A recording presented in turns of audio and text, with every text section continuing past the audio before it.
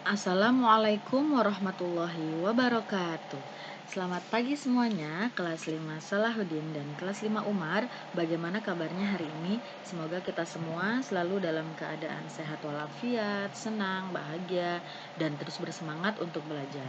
Mari kita buka pembelajaran hari ini dengan membaca basmalah bersama-sama.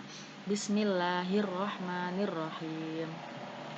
Nah, anak-anak, pada pembelajaran teknologi informasi dan komunikasi hari ini, Bu Lili akan melanjutkan pembahasan di bab 8, yaitu tentang program presentasi. Di buku paket, kalian bisa simak di halaman 107. Presentasi merupakan kegiatan yang penting dalam mengomunikasikan suatu gagasan kepada orang lain dengan berbagai tujuan. Misalnya untuk menarik audiens, agar mereka membeli produk, menggunakan jasa, atau untuk kepentingan lain. Nah, salah satu alat peraga yang dapat digunakan untuk mendukung presentasi adalah komputer. Adapun salah satu perangkat lunak atau software atau program yang dapat dipakai adalah Microsoft PowerPoint, yang merupakan bagian dari Microsoft Office. Dengan menggunakan software ini, seseorang dapat menuangkan ide-ide cemerlangnya dalam bentuk visual yang menarik dalam waktu yang singkat. Adapun eh, fitur-fitur yang terdapat pada Microsoft PowerPoint diantaranya adalah teks, gambar dan grafik, foto, suara, video, dan lain-lain. Nah, baik, Bu Lili akan langsung buka atau mengaktifkan Microsoft PowerPoint. Microsoft PowerPoint bisa dibuka dengan dua cara.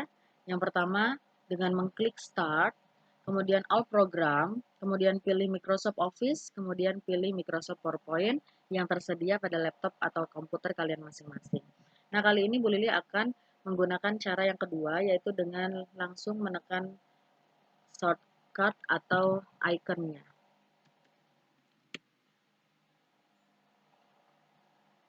Tinggal klik aja kalau ada ikonnya, dua kali atau ada juga yang sekali.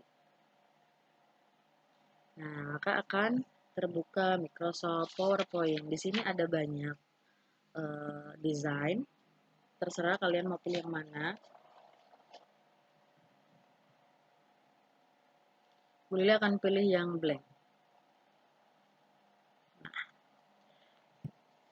Nah, anak-anak, dalam tampilan Microsoft PowerPoint itu terdapat 9 layout biasanya. Bisa kalian simak di halaman 109.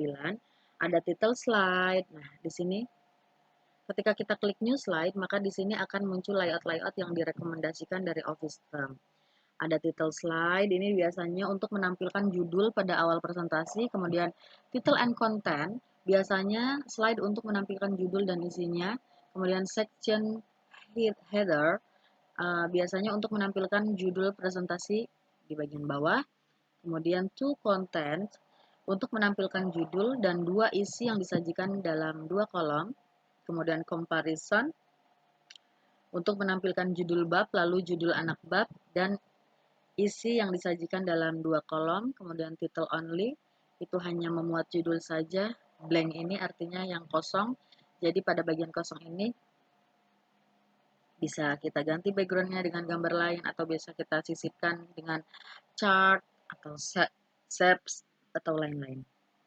Kemudian content with caption, yaitu slide dengan dua isi kolom, namun di sebelah kanan dapat disisipkan gambar, grafik, atau bagan.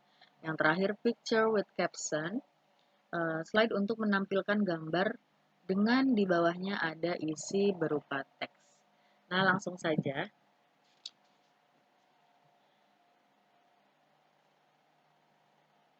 Bu Lili akan praktekkan misalnya salah satu di sini, menyisipkan di sini ya. Kalau kita buka di sini ada pilihan, perhatikan layar, ada kayak semacam bayangan gitu, icon-icon.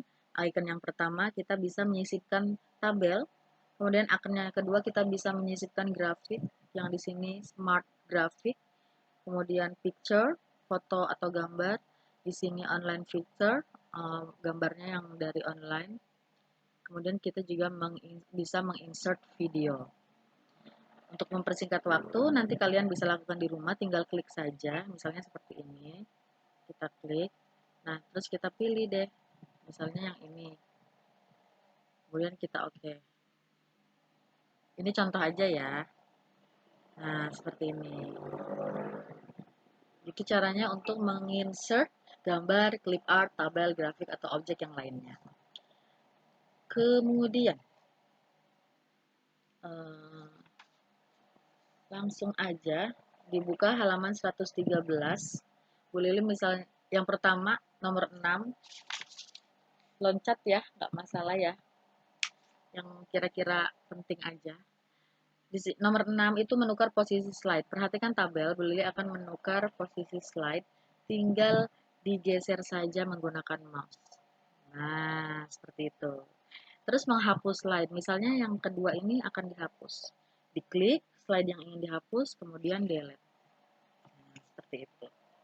Kemudian menduplikasi slide. Klik slide yang ingin diduplikasi, kemudian klik kanan, kemudian di sini pilih duplicate slide. Maka otomatis akan terduplikat. Kemudian menyisipkan slide.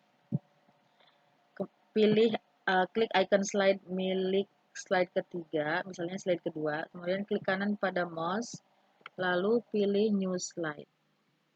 Nah, seperti ini menyisipkan. Kemudian menambah latar belakang slide. Ini bermacam-macam, bisa menggunakan template.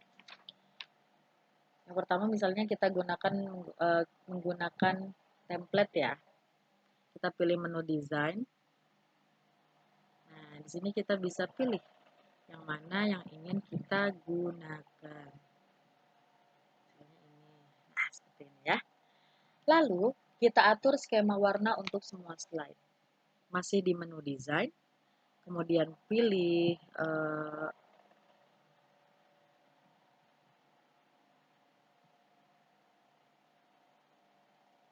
di sini. Nah, kemudian pilih color. Kemudian kalian pilih ingin menggunakan colors yang mana. Misalnya yang ini, yang ada nuansa biru boleh. Itu untuk mengubah skema warna. Kemudian kita juga akan rubah misalnya fontnya. Di sini kita bisa pilih seperti pada Microsoft Word. Misalnya ini. Kemudian kita juga bisa merubah efek, kemudian background style. Misalnya kita pilih jadi ini. Nah, seperti itu ya. Kemudian yang terakhir adalah menyimpan data dari PowerPoint.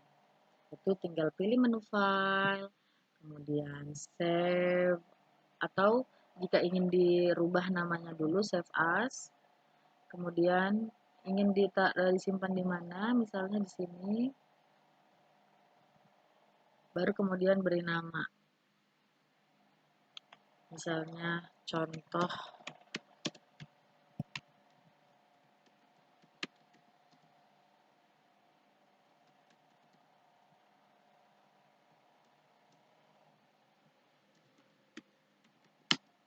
seperti ini, kemudian save. Nah, mudah sekali bukan? Ya, ya anak-anak, mungkin sampai situ video pembelajaran hari ini. Untuk tugas hari ini, yaitu silakan dicatat pertanyaannya. Yang pertama, jelaskan cara membuka Microsoft PowerPoint. Yang kedua, tuliskan 9 macam layout pada Microsoft PowerPoint. Hanya 2 saja tugasnya. Silahkan tulis tugasnya di buku tulis, kemudian nanti foto jika sudah selesai. Terima kasih, selamat belajar. You can do it. Alhamdulillahirrabbilalamin, video pembelajaran hari ini sudah selesai. Semoga bisa memberikan manfaat ya. Mohon maaf apabila ada kekurangan. Wassalamualaikum warahmatullahi wabarakatuh.